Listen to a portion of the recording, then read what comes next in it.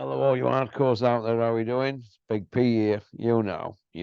Biggest gob in sport. We say things in here nobody dares say. Isn't that right? Cooks. Right. Thanks for liking and subscribing. Let's get down to business. What do you think to profile thumbnail, eh? Ward Booty. Well, tonight's theme of the video is missed opportunities. Missed opportunities. Eh?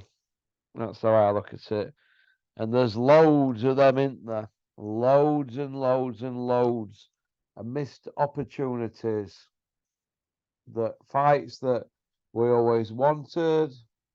They told us they were going to give them us, but they never gave them us. Now, I'm going to give you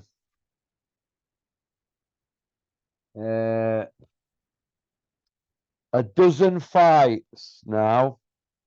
The dirty dozen, I'm going to call it. The dirty dozen of missed opportunities.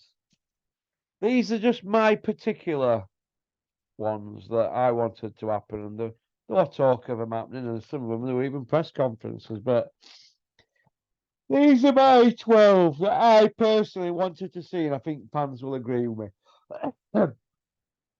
Big David Price, aka Big Truck, against the Big GK Tyson Fury. Fury didn't want that, in my opinion. Price were running over everybody.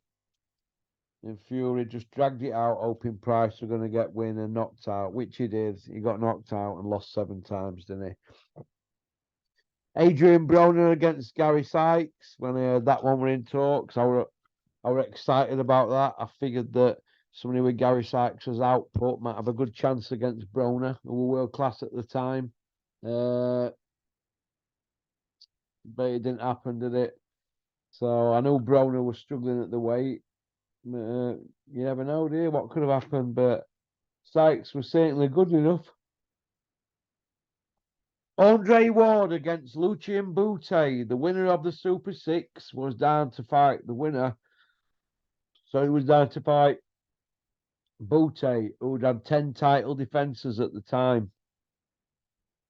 Andre Ward turned around and said, Bute should fight Carl Froch because we've done all the heavy lifting in the tournament and Bute hasn't. Did I agree with that? Yeah, I did agree with that. But Ward said the winner of the tournament, and everybody agreed we're going to fight Bute. That's bottom line. So, because he was considered the man at the time with 10 defences.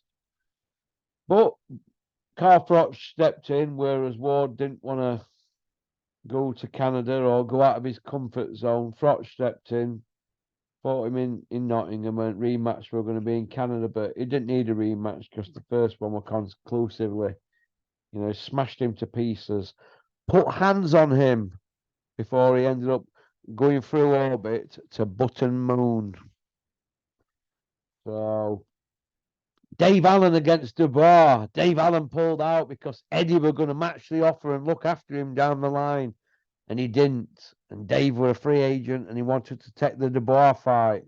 Dave's never got over that. Have you, Dave? 5 years ago. Pop, pop, bang. That's boxing for you. Every man for themselves. All right.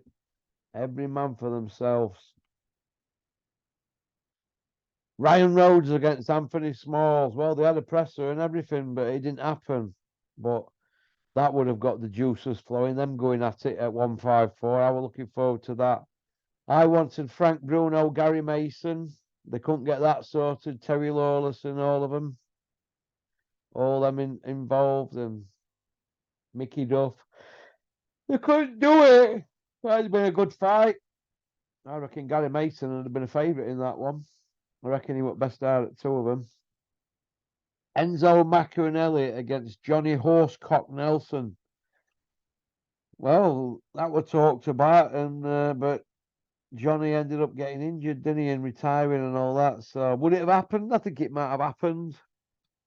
At the time, Maccarinelli were icing everybody, and Nelson were giving everybody the run around with that Ingle style. Geez, God, but Shame it didn't happen. Riddick Bowe against Lennox Lewis didn't happen. I was frothing at mouth at that one, me. Jesus. Anthony Joshua, Deontay Wilder. Oh, they're fighting on same arena, on the same night, in the same country, apparently, next month. Yeah, but they're not fighting each other, are they? Pair of waste men, Messer, been at it 7 years making that fight. How much longer are they going to marinate it for? It's overcooked. It's dead. Usyk Fury. Well, we've heard it all, haven't we? They're going to do this. They're going to do that. They're going to do wonders. All they've done is sit on cucumbers. So it is what it is. Ricky Hatton against Witter. Everybody in boxing knows Ricky Hatton didn't fancy it and Witter didn't sell a ticket. That's the bottom line. If you don't believe me, go and ask Big Ron, Dennis Hobson, he'll tell you. Bricktop will tell you. Richard Poxon will tell you. They didn't want Witter, hard puncher, horrible style to fight, stunk arenas out. That's the bottom line. So, which is a shame. I wanted to see Witter punch him upside down, and I believe Witter would have punched him upside down as well. But Ricky Hatton didn't have no balls. Witter were in the unis, Imclem, wasn't he? A bit like a Louis Ortiz type guy, wasn't he? You know what I mean? And lastly, but we're not forgetting the 12th one out of the dozen, the Dirty Dozen, the Cobra, Carl Froch against Joe Calzaghe. 46-0, but he vacated. Pop, pop, bang on that one, Joe. So that's about it, really. So missed opportunities that never happened. Fights that were mixed opportunities. Something like that we'll have to do title, I think. We'll sort something out, Cameron. No, you can word it together because I'm no good at English. I'm only good at adding up. I'm only good at adding up numbers.